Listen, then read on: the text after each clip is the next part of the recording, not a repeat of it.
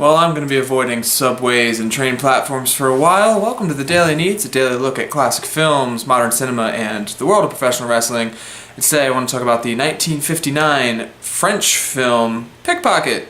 It's about a guy who picks pockets, because sometimes titles aren't very creative. But that's cool, because the movie was very good. It was very interesting. It was short, but I don't think they needed to extend it any more than it was. Follows the story of a man named Michel, because he's French, and they pronounce their names funny to us Americans.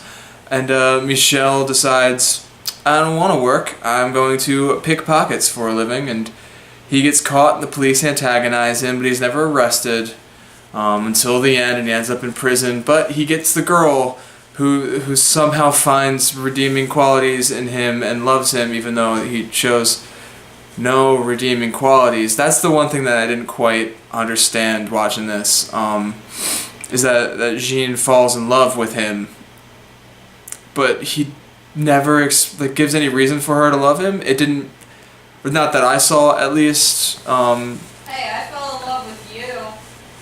If you heard that, Cody just yelled, "Hey, I fell in love with you," which I have plenty of redeeming qualities. No, I don't. But like, there's nothing like really shown. Whenever he's with her, he abandons her at an event. Like, the two of them and their friend Jacques are out doing whatever, and he abandons them to go steal a watch at one point. She takes better care of his mother than he does, and yet she still falls for him. So that was a little weird to me. But I really liked the depiction of actual pickpocketing shown in the movie, because it looked legitimate. I feel like I'm going to be on an NSA watch list again for watching this movie, because now I know how to pick a pocket. I will not ever do so, but I feel like I now know how to. And that's crazy that this movie just showed that so specifically, in so much detail, how they do it. Just interesting. It was interesting. Another interesting thing I noticed is at the end, when he's in jail, throughout the whole film, he shows nothing on his face. He gives nothing away. He has the same expression this whole movie. Most of the characters do. They just have one expression. So it was interesting that I couldn't figure out if he wanted to be caught or not, because he was doing things that, oh, he's afraid. Of course he's going to run to England. He's afraid of getting caught. But he flat out tells the inspector that he's a thief. He keeps no secret. And I believe he wanted to be caught, because in the prison at the end, when they show him sitting on his prison bed, it is an exact mirror of shots of him sitting in his own room on his bed. It's in the same corner of a room that's roughly the same size. He didn't have much before he went to jail, and he even says, these bars mean nothing to me. I'm just mad that I got caught. I don't think he actually cared, because he was basically living in a prison anyway.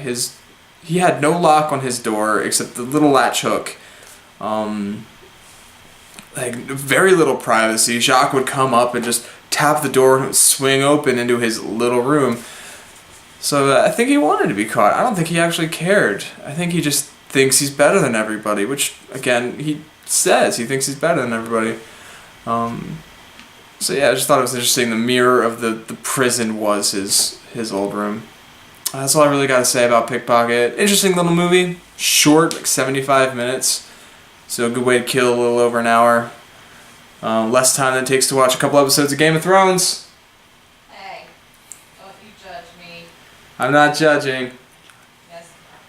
But anyway, that's all I got. Like, share, subscribe, leave a comment section below. Tell me how many pockets you picked. Actually, don't, because that might incriminate you. No, do, because it'll incriminate you. Follow me on Twitter at Daily Neitz. And tomorrow I'm watching the Disney classic Pinocchio, which I haven't seen since I was a wee little lad. So I'm looking forward to that. But until then, bye.